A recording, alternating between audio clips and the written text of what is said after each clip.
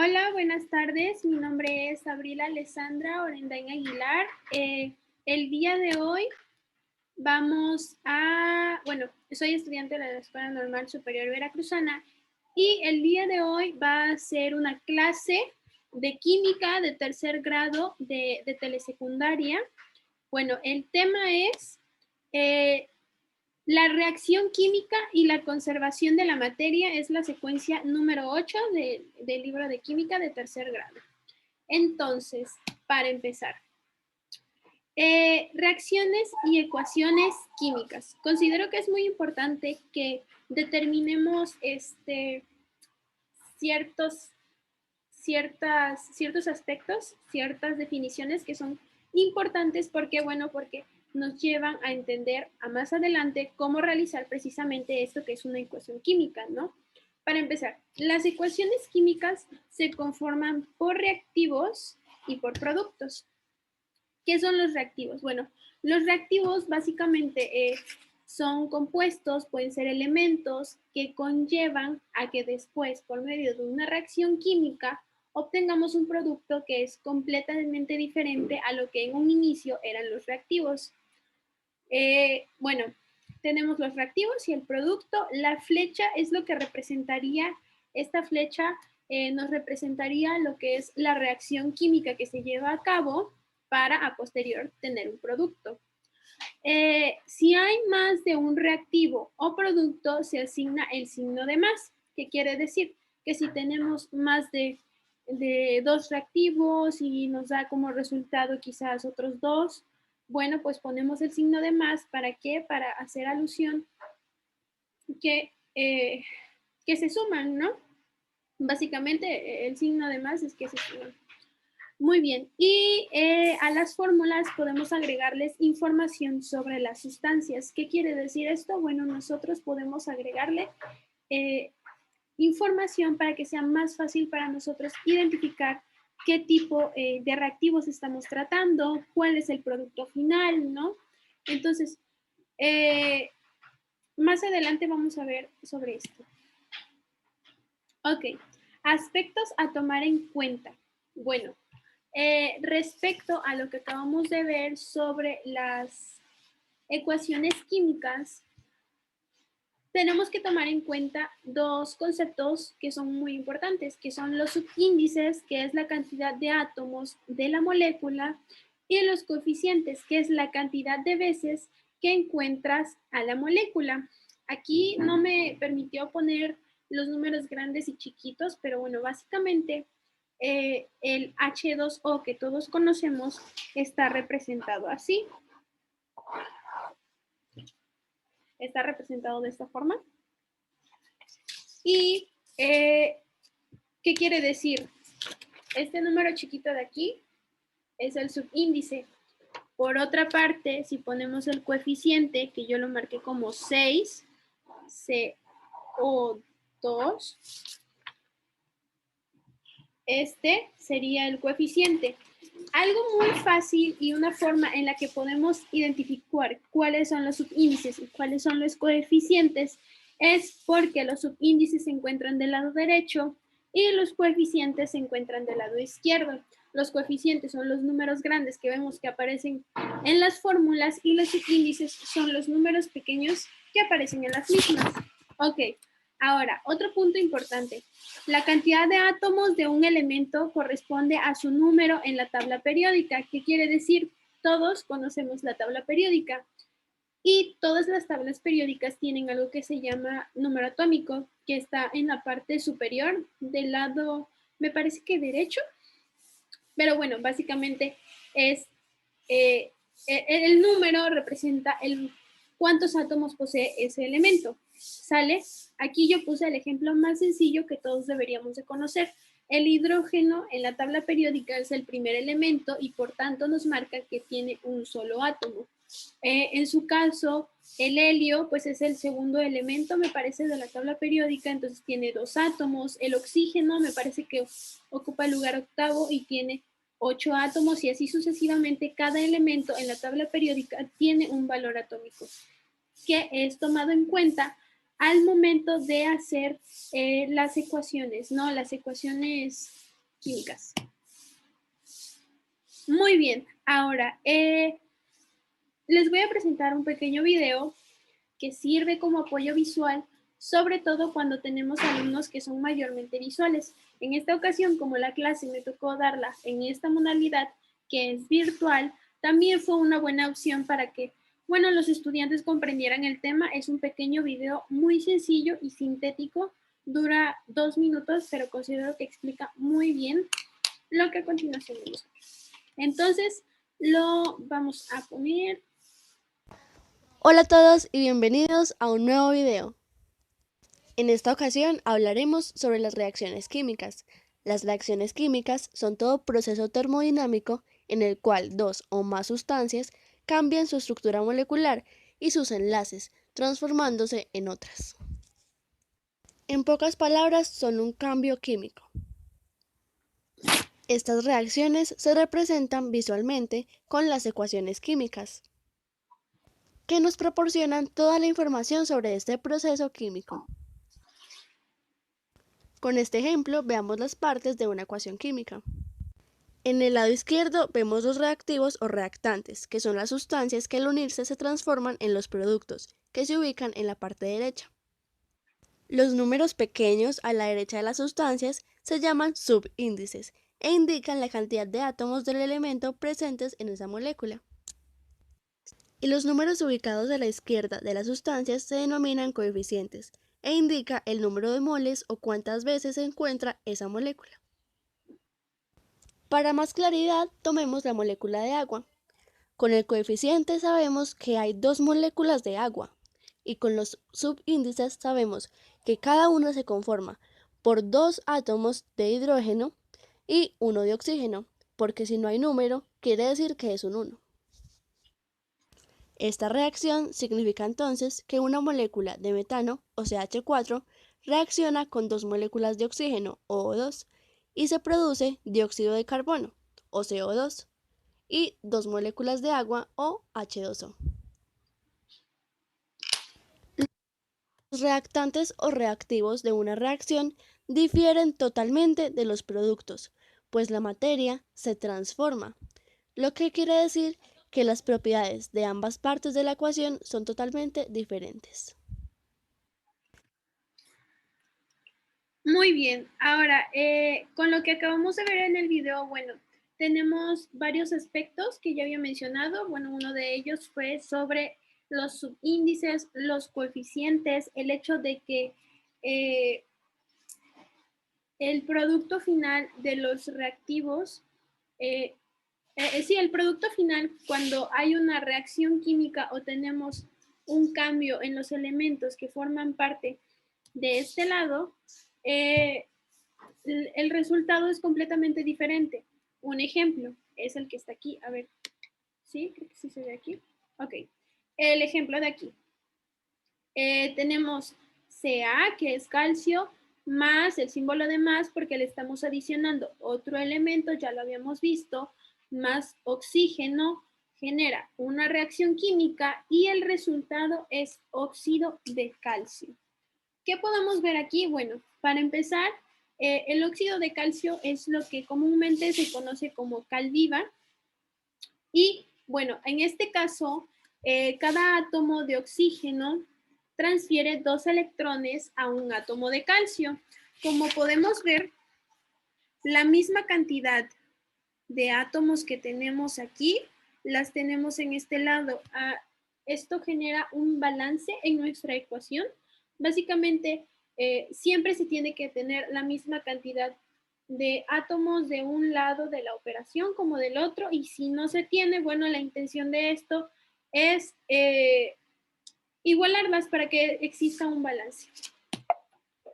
Y a la siguiente.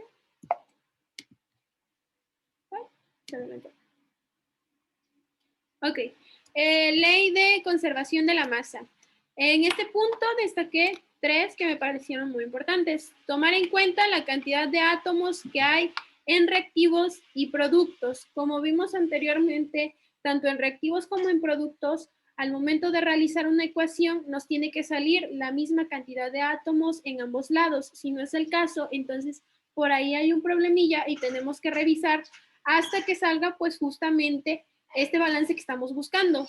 La materia no se crea ni se destruye, solo se transforma. Reiteramos el hecho de que ya que la materia no se crea ni se destruye, solo se transforma, esta frase que hemos escuchado muchas veces hace referencia precisamente a esto, a que al momento de hacer este equilibrio en las ecuaciones, bueno, pues no podemos poner átomos de más o quitarle átomos a la ecuación, porque entonces ahí habrá un fallo, ¿no? Porque pues no se puede destruir la materia, que en este caso son los átomos que forman parte de cada uno de los elementos de las ecuaciones. Ok, y por último es realizar un balance de los átomos. Entonces, ¿por qué es importante este balance?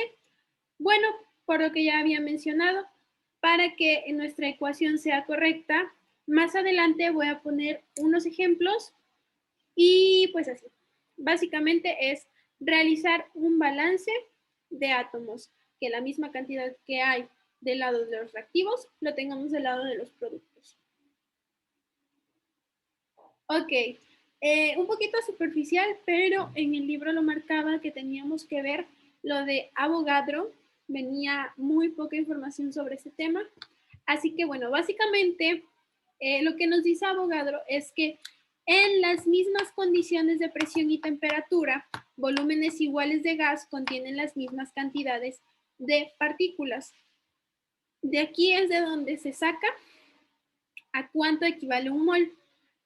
Se nos marca que un mol equivale a 6.022 por 10 a la 23 partículas.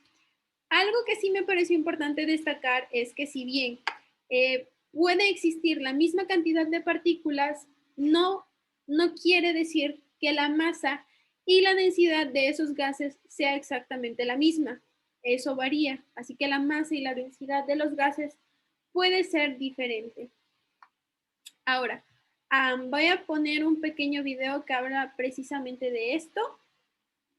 La sugerencia es que si se tiene una clase presencial y con estudiantes con los que puedas estar conviviendo y realizándoles preguntas, ahorita no es el caso, pero si fuese, bueno, después de cada video se harían comentarios y, por ejemplo, si los estudiantes tienen alguna duda, tienen algo que quieran destacar, un comentario, es precisamente para eso, para lo que se ponen los videos.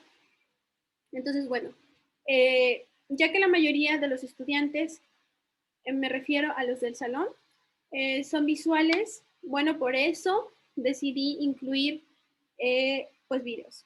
Entonces voy a poner los videos. El video es Avogadro de hipótesis a ley.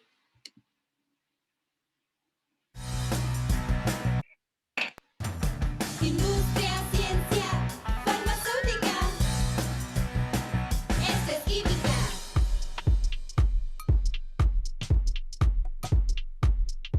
Ciencias y tecnología. Química. Tercer grado. Bloque 2. Secuencia 8.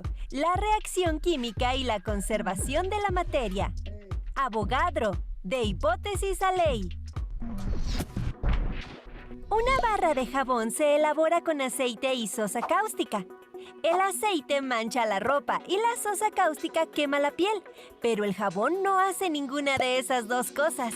Esto es porque se prepara de tal manera que todo se combina químicamente para fabricar el jabón y no sobra nada de las sustancias iniciales.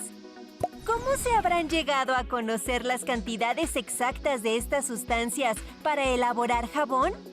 ¿Cómo se habrá descubierto cuántas moléculas de aceite y de sosa hay inicialmente para estar seguros de que no sobre de ninguna? En 1808 aproximadamente, John Dalton expuso que los compuestos se forman por la unión de átomos de diferentes elementos en una proporción sencilla y constante. Por ejemplo, un átomo de oxígeno unido a uno de mercurio produce óxido de mercurio.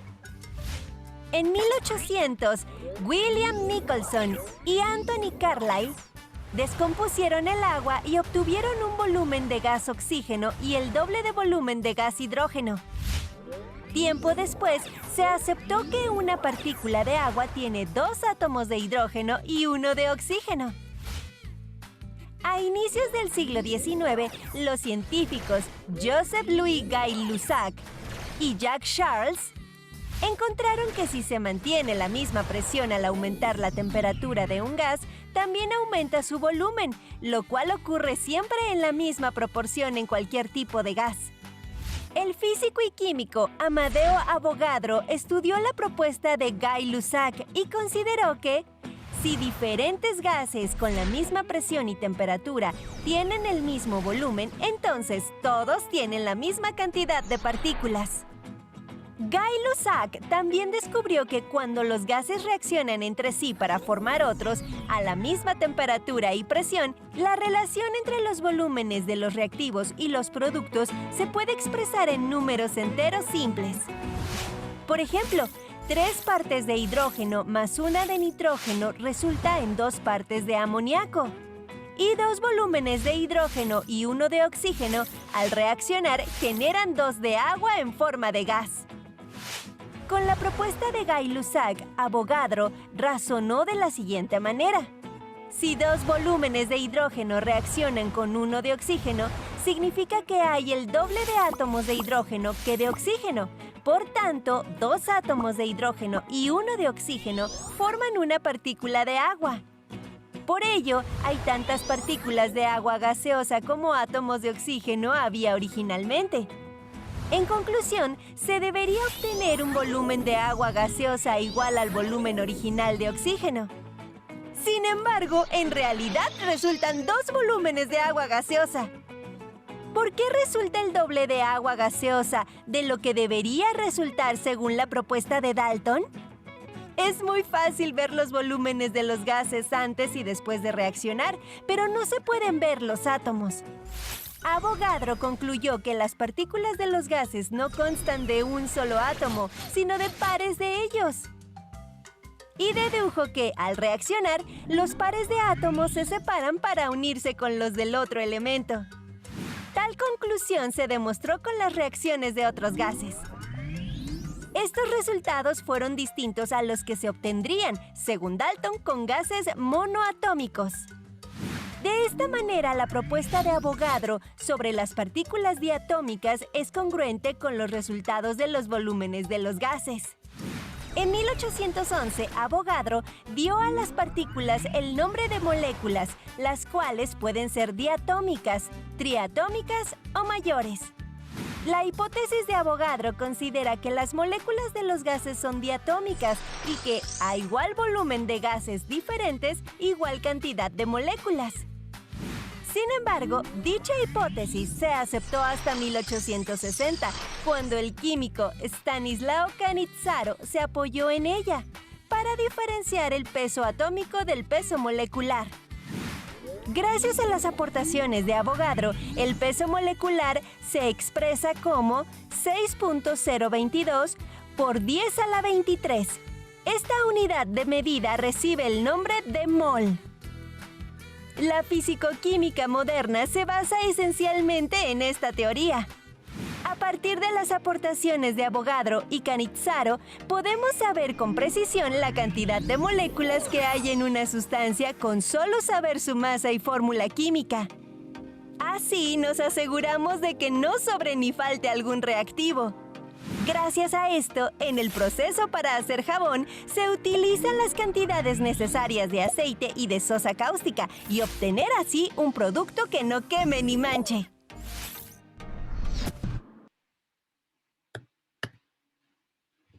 Muy bien.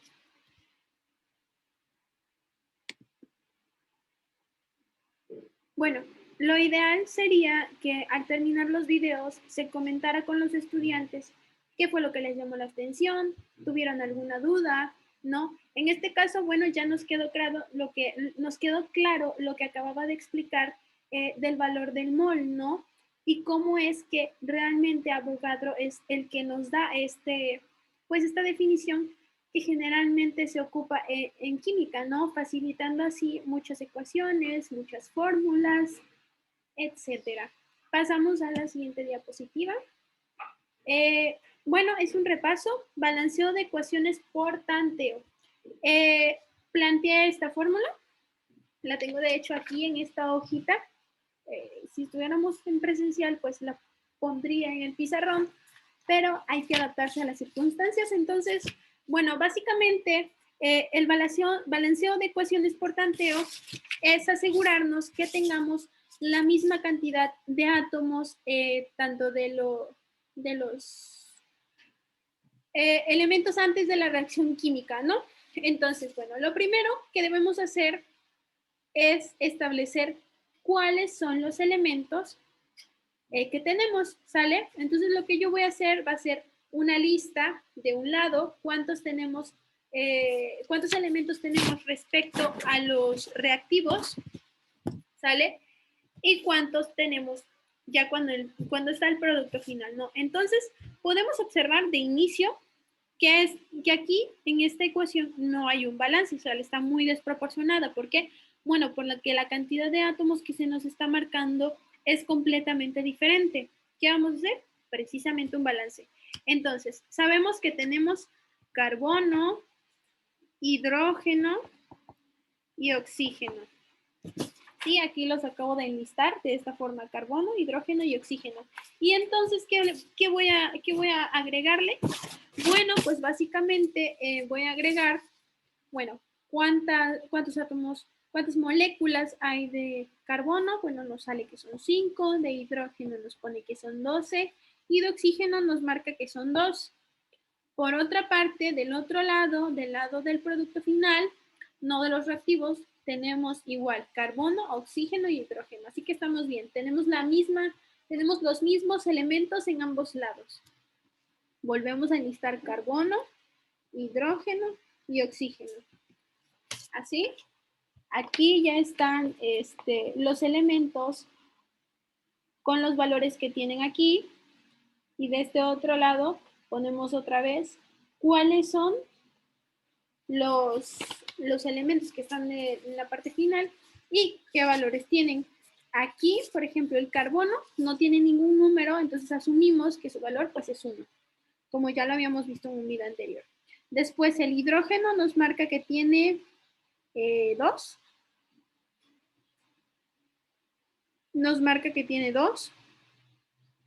Y el oxígeno, al haber 2 oxígenos, pero uno de ellos tiene valor de 2, entonces asumimos que es 3, ¿sale? Vemos que aquí el oxígeno tiene 2 y este está solo, así que es 1. Y 2 más 1, pues son 3. Entonces le marcamos que su valor es de 3. Haciendo una comparación entre los números de este lado y los números de este otro, vemos que hay una clara diferencia.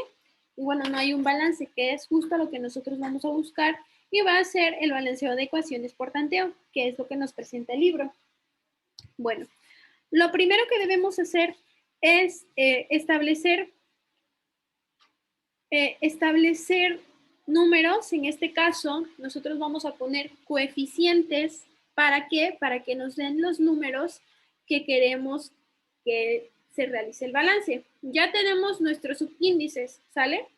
Pero ¿cómo lo vamos a balancear? ¿Cómo vamos a hacer que esta ecuación tenga balance? Bueno, va a ser gracias a los coeficientes que vamos a adicionar para así obtener los resultados. En este caso, se me ocurre ponerle al oxígeno de los, ¿cómo se llama?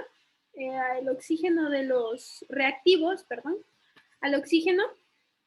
En esta parte yo le adicionaría un 8. ¿Por qué? Para que sea 2 por 8, me daría que los oxígenos son de 16.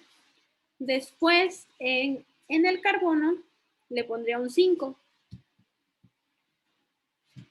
Muy bien. Si le pongo un 5 al carbono, que está aquí, mis valores cambian. Entonces, automáticamente tendría 5 carbonos del lado de los reactivos y del resultado. ¿Sí? Como podemos ver aquí tenemos 5 de carbono, y si yo pongo un coeficiente de 5, entonces asumimos que este carbono se repite 5 veces. Y ahí ya tenemos igualdad entre los carbonos. Después, ¿qué pasa? Bueno, necesitamos igualdad en el hidrógeno. ¿Qué hacemos? Un número. ¿Sí? Aquí tenemos 12, bueno, necesitamos que acá nos den 12 hidrógenos. un número multiplicado por 2 que nos dé 12, bueno, pues el 6, ¿no? Porque 6 por 2 son 12. Entonces, agregamos como coeficiente al lado de esta h un 6 y ahora sí tenemos 12. Y por último, bueno, si tenemos oxígeno, si tenemos el oxígeno, que habíamos marcado que le habíamos puesto un 8 al primer oxígeno, a este oxígeno, para que nos diera 16, ¿qué podemos hacer nosotros para que de este lado nos dé 16? Bueno, si aquí pusimos un 6, asumimos que aquí ya tenemos también 6 oxígenos, porque al ser un coeficiente afecta a todo el conjunto de elementos que están en ese apartado. Entonces aquí yo puse un 6, lo que me da 6 oxígenos de este lado, y si acá puse un 5, entonces me da ¿cuánto? 2 por 5, 10, ¿no? Que son justamente los 16, las 16 moléculas, los 16 átomos que necesitábamos para ahora sí generar un balance, una igualdad. Espero haberme dado a entender, en realidad es muy difícil hacerlo de esta forma, pero básicamente nos quedaría así, ¿sale? Tenemos ya un balance, realizamos un balance en nuestras ecuaciones, sabemos que en ambos lados, tanto de los reactivos como en el resultado, tenemos la misma cantidad de átomos, entonces, ¿qué quiere decir? Bueno, si ya tenemos 5 carbonos de ambos lados, 12 hidrógenos de ambos lados, y oxígenos de los dos lados. Bueno, ese fue un ejemplo. Ahora va a venir una actividad. El ejemplo, obviamente, yo lo hubiera realizado en el pizarrón de la escuela, pero se me hace muy difícil por la situación de distancia, entonces se tuvo que realizar en una hoja. Muy bien, la actividad, esta es la actividad. Clorato de potasio. Básicamente lo que los estudiantes, las personas que están viendo este video, tienen que realizar es darle solución, darle balance justamente a esta ecuación química. Esta ecuación química nos da clorato de potasio. Entonces, bueno, ahí está. Yo daría en promedio unos 15 minutos para que los estudiantes la realizaran y con esto se finalizaría la actividad. ¿Por qué? Bueno, pues es precisamente para comprobar si hubo alguna duda, si quedó todo claro. Obviamente, si quedó todo claro, pues van a poder resolver esta actividad con facilidad. Si quedó alguna duda, obviamente con toda confianza los estudiantes pueden acercarse, contestamos y en grupo contestamos esta ecuación, ¿no? Básicamente, bueno, ya voy a dar la respuesta. Básicamente, vamos a hacer lo que hicimos en esta actividad anterior. Igualar y hacer un balance entre los reactivos y el resultado final. No sabemos que de los reactivos al resultado final son sustancias químicas que son muy diferentes. Habíamos visto en el video un ejemplo que era el de cómo se fabrica el jabón de manos, ¿no? Que lleva incluso sosa cáustica y bueno, en grandes cantidades eso podría ser dañino para nuestra salud, pero está en la proporción correcta para ayudarnos. Bueno, con eso en mente, tenemos esta es la fórmula, que bueno, esta es la ecuación que tenemos que igualar. Podemos ver cuáles son los elementos. Bueno, ahí están, los enumeramos: oxígeno, cloro. ¿Cuál es el valor? Bueno, podemos ver que el cloro ya está igualado en ambas partes, tiene un valor de 1, ¿sale? Entonces, aquí los únicos que no tienen una equivalencia son el oxígeno. De ahí en fuera, los otros ya están igualados. ¿Qué pasa? Tenemos un problema. Vamos a tener que alterar los valores porque todo este reactivo está en conjunto y acá tenemos a los elementos separados, lo que pues afecta precisamente, ¿no? Entonces tenemos que lograr que haya los mismos valores de los dos lados.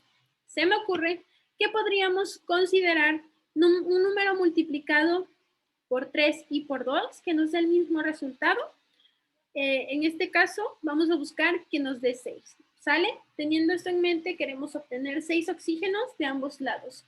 Entonces, en este caso, yo pondría un 2 aquí, que obviamente va a afectar al cloro, al cloro y al acá, que me parece es potasio. Ajá. Entonces, afectaría a todo este aspecto de los reactivos, ¿no? A todo el aspecto de los reactivos y bueno, el producto ahorita lo vamos a tocar. Entonces yo le pondría aquí un 2 y todo cambiaría. Entonces la K tendría un valor de 2, el cloro tendría un valor de 2 y el oxígeno ahora tenía un valor de 6, porque recordemos que los coeficientes se multiplican por los subíndices y entonces es lo que nos da el resultado real. Al tener 2, pues 2 por 3 son 6. Entonces, teniendo en cuenta, la K nos da un valor de 2, el cloro nos da un valor de 2 y el oxígeno nos da un valor de 6. Espero que sí se vea. Y lo que vamos a hacer en el otro lado, bueno, es básicamente, quiero tener 6 oxígenos en el lado de mis productos. ¿Qué voy a hacer? Voy a agregar un 3. ¿Por qué? 3 por 2 son 6. ¿Y dónde vamos a agregar el 6? Lo vamos a agregar de este lado en forma de coeficiente para que se realice la multiplicación con el subíndice que es este. Y ahora, si quiero que estos dos que valen 1 valgan 2, pues muy simple, le ponemos un coeficiente de 2. Y ahora sí, con este método nosotros nos quedaría así la fórmula. Ajá. Nos quedaría así más o menos y tendríamos un balance en tanto en los reactivos como en los productos. Esto sería todo por parte del tema y pues muchas gracias a todas las personas que vean este video.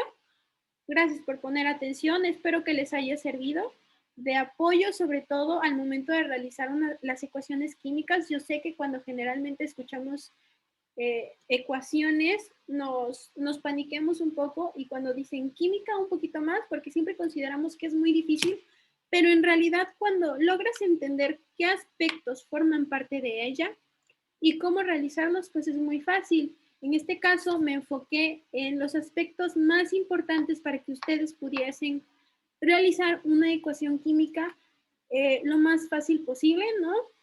Por tanteo, es un balance, vamos calculando más o menos qué valores nos hacen falta en cada lado. ¿Para qué? Bueno, para lograr una igualdad, ¿no? Entre nuestros valores de los reactivos y el producto. Espero que les haya ayudado de corazón y esto es todo por la clase. Gracias.